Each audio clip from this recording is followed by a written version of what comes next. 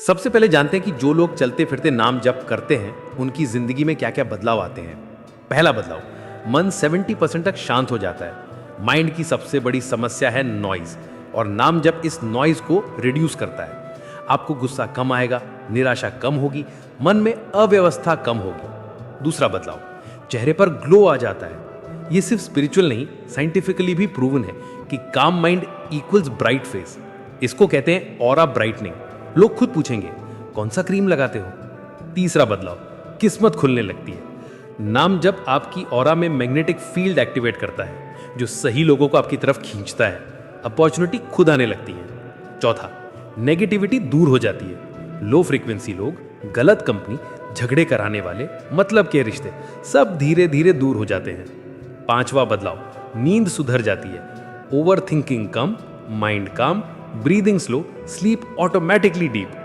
छठा, आपकी इंट्यूशन बढ़ जाती है। नाम जब आपके सिक्स सेंस को शार्प करता है, आपको पहले ही समझ आने लगेगा किस काम में फायदा है, किस में नहीं। सात, कर्मा हल्का होता है। नाम जब कार्मिक बर्डन को डिसॉल्व कर देता है, रुके हुए काम बनने लगते हैं और आपको भगवान की उपस्थिति महसूस होने लगती है। यह सबसे सुंदर अनुभव है। एक इनर प्रोटेक्शन मिलती है, अकेलापन मिटता है, फियर खत्म हो जाती है। चलते फिरते नाम जाप का सही तरीका। नाम जाप का कोई कठोर नियम नहीं, बस 4 बातें ध्यान रखें। 1, सांस के साथ नाम जोड़ें, जैसे सांस भीतर तो ओम, सांस बाहर तो नमः शिवाय। 2, बिना होठ हिलाए, ये दिमाग के अंदर होना चाहिए। 3, जजमेंट मत करें, मन भटकता है तो भटकने दे, वापस ले आए। 4, इसे एक हैबिट बनाएं, जैसे चलते समय, ट्रैवल में, काम करते हुए, अकेले में, थकान में, बस नाम लेते रहें। 3 महीने में लाइफ में बदलाव आपको 100% दिखेगा, ये मेरी गारंटी है। हर इंसान की जिंदगी में एक समय ऐसा आता है जब दिल कहता है अब नहीं हो रहा, अब सहन नहीं होता, अब मन टूट रहा है। पता है ऐसे समय में लोग क्या करते हैं? कुछ रोते हैं, कुछ चुप हो जाते हैं, कुछ खुद को कमरे में बंद कर लेते हैं और कुछ गलत फैसले ले लेते हैं। लेकिन कुछ लोग होते हैं, बहुत ही कम, जो ऐसे वक्त में बस एक काम करते हैं, वो भगवान का सहारा लेते हैं। और यही लोग बच जाते हैं, क्योंकि जब इंसान टूटा होता है तब भगवान उसके सबसे करीब होता है। और नाम जब वो डोर है जो इंसान को भगवान से जोड़ देती है। आपने नोटिस किया होगा, जिसका दिल टूटे, जो अंदर से खाली हो, जो परेशान हो, वो सबसे तेजी से नाम जब पकड़ लेता है।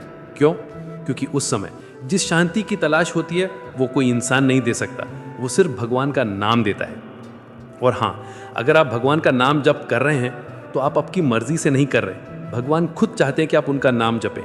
कोई भी इंसान भगवान का नाम नहीं जप सकता, तो आप बहुत लकी हैं कि आप भगवान का नाम जप रहे हैं। तो भगवान के नाम को अपने रोम रोम में बसा लो। अब मैं आपको बताता हूं कि नाम जप से पाप कैसे नष्ट होते हैं। पाप मतलब पनिशमेंट नहीं, पाप मतलब एनर्जी इम्बैलेंस। जब कोई बुरी आदत, बुरा काम, गलत सोच, गलत एनर्जी हमारे अंदर जमा होती है, वो पाप बनती है। नाम जप में एक फायर होती है, मंत्र अग्नि। ये हमारे अंदर जमा हुए गिल्ट, एंगर, जेलसी, डर, गलतियां, पास कार्मिक डस्ट, इन सबको धीरे धीरे जलाने लगती है। एक समय आता है जब इंसान खुद साफ महसूस करता है, जैसे कोई भारी बोझ उतर गया हो।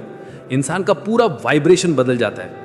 उसकी वाइब इतनी प्योर हो जाती है कि लोग उसके आसपास रहना पसंद करते हैं। उसकी प्रेजेंस हीलिंग बन जाती है। ऐसा आदमी 3 कमाल करता है, लोगों को कंफर्ट देता है, लोगों को हील करता है, लोगों को इंस्पायर करता है। ये सब बिना कुछ बोले, बस उसकी एनर्जी बोलती है। नाम जप की सबसे बड़ी ब्लेसिंग ये है कि मन से बोझ हट जाता है। जो बोझ, डर, गिल्ट, सैडनेस, हार्ट ब्रेक सालों से मन में पड़ा है, वो नाम जप से हल्का हो जाता है। चलते फिरते नाम जप मन को क्लेंस करता है।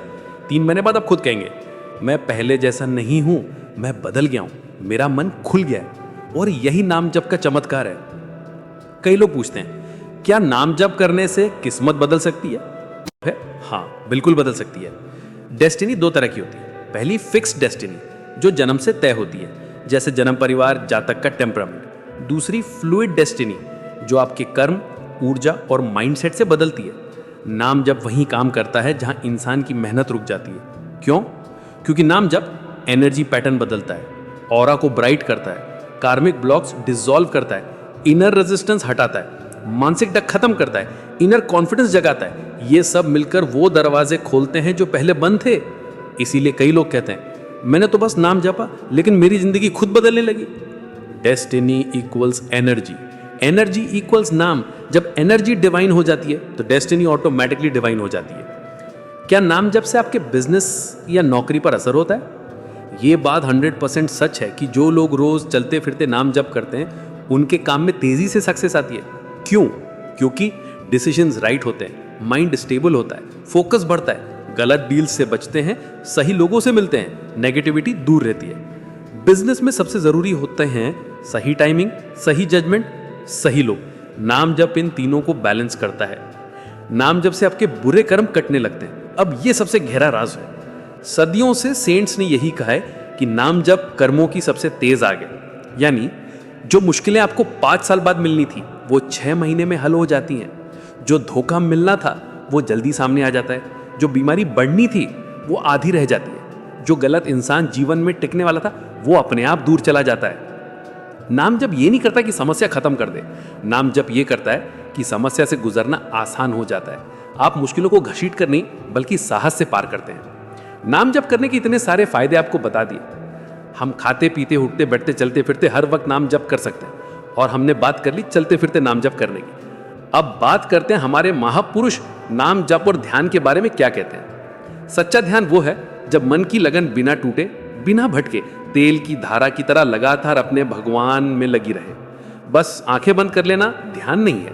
ध्यान वो है जब मन के अंदर के सारे विचार, इच्छाएं खत्म हो जाएं और मन एक जैसा हो जाए। जब नाम जप करते करते भगवान का रूप की एक झलक मिल जाती है और मन पूरी तरह प्रभु की तरफ खींच जाता है, वही सच्चा ध्यान है। इसलिए भक्तों को सिखाया जाता है नाम जपने से भगवान का रूप प्रकट होता है और रूप से ध्यान अपने आप स्थिर हो जाता है। जब ध्यान पक्का हो जाता है तब भक्त ध्यान करने की क्रिया और भगवान, इन तीनों का अंतर मिट जाता है। तब केवल भगवान ही बचते हैं। इसी स्थिति को समाधि कहते हैं। समाधि 2 तरह की है। सबीज, जिसमें हल्के फुल्के बुरे संस्कार सूक्ष्म थोड़े से बचे रहते हैं।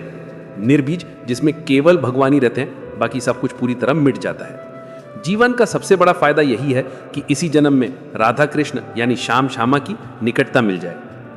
इसके लिए जरूरी है अच्छी संगत यानी सत्संग की बातें सुनना और उन पर मनन करके उन्हें दिल में बिठाना। भगवान का नाम जपना यानी नाम जप किसी भी हाल में ना छोड़ना। हमारे अंदर आलस बहुत है। हम मन और बुद्धि को बिना किसी रोक टोक के खुला छोड़ देते हैं और जब हम भजन साधना में ढीले पड़ते हैं तब लगता है ये रास्ता काम नहीं कर रहा। ऐसी हालत में मन दुनिया की तरफ भागने लगता है। यही हमारी सबसे बड़ी हार है। अगर ये दिव्य रास्ता छूट गया तो पता नहीं फिर कब किस जन्म में ये मौका मिलेगा। इसलिए हर पल बहुत सावधानी से जीना चाहिए। भगवान के रास्ते में थोड़ी सी भी रुकावट को स्वीकार नहीं करना चाहिए। भक्तों को चाहिए कि किसी भी तरह की ढिलाई ना आने दें। मन जितनी देर बेचैन होता है उतनी देर नाम को और मजबूती से पकड़े। फालतू बातों, हंसी मजाक और बुरी आदतों से दूर रहे। कभी कभी मन में अजीब सी घबराहट, बेचैनी, निराशा और अंधेरा छा जाता है। ना दुनिया की इच्छा होती है, ना भजन में मन लगता है। ये स्थिति भी भक्तों के रास्ते में आती है। ऐसे समय में डरना नहीं चाहिए, ना ही बाहर की चीजों या बुरे कामों की तरफ भागना चाहिए। मन का अंधेरा अपने आप हट जाता है। बस नाम जप को पकड़े रहना है। कभी अचानक भक्ति की बहुत बड़ी लहर उठती है। ऐसा लगता है कि बुराइयां खत्म हो गई और भक्त संसार से पार हो गए। ये भी एक अच्छी स्थिति है। पर जब आलस यानी तमस हावी होता है तब अंधेरा छा जाता है। दोनों स्थितियों में भक्त को धैर्य रखना चाहिए। अच्छी संगत यानी सत्संग के बिना भक्त इन उतार चढ़ाव में डगमगा जाता है। गलत संगत मिल जाए तो और भी नीचे गिर जाता है। इसीलिए या तो अच्छे लोगों का साथ चाहिए या भगवान का भजन लगातार करते रहने का नियम। अपने भजन साधन में दिखावा ना आने दे।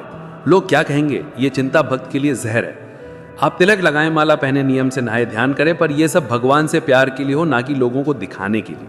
अगर दिखावा आ गया तो साधना का असली सार खत्म हो जाएगा। अहंकार को दिखावा बहुत पसंद है। वो चाहता है कि लोग हमें महात्मा, ज्ञानी या योगी समझे। पर भक्त को यह बात भीतर ही पकड़ लेनी चाहिए कि मैं प्रभु को खुश करने आया हूं, ना कि दुनिया को। अगर प्रभु खुश हो गए तो दुनिया अपने आप खुश हो जाएगी। जिन पर राम की कृपा होती है उन पर सबकी कृपा हो जाती है। जैसे अपनी भाषा ना समझने पर कोई कितना भी अपमान कर ले, हमें फर्क नहीं पड़ता, वैसे ही भक्त को चाहिए कि अपने अंदर झांके। अगर कोई घमंडी, पाखंडी, लालची या गुस्सैल कहे और भीतर शांति बनी रहे तो जान लो साधन सही है। अगर दिल में जलन उठे तो समझो कमी भीतर ही है। सच्चा भक्त वही है जो निंदा करने वाले को भी मुस्कुरा कर देख सके।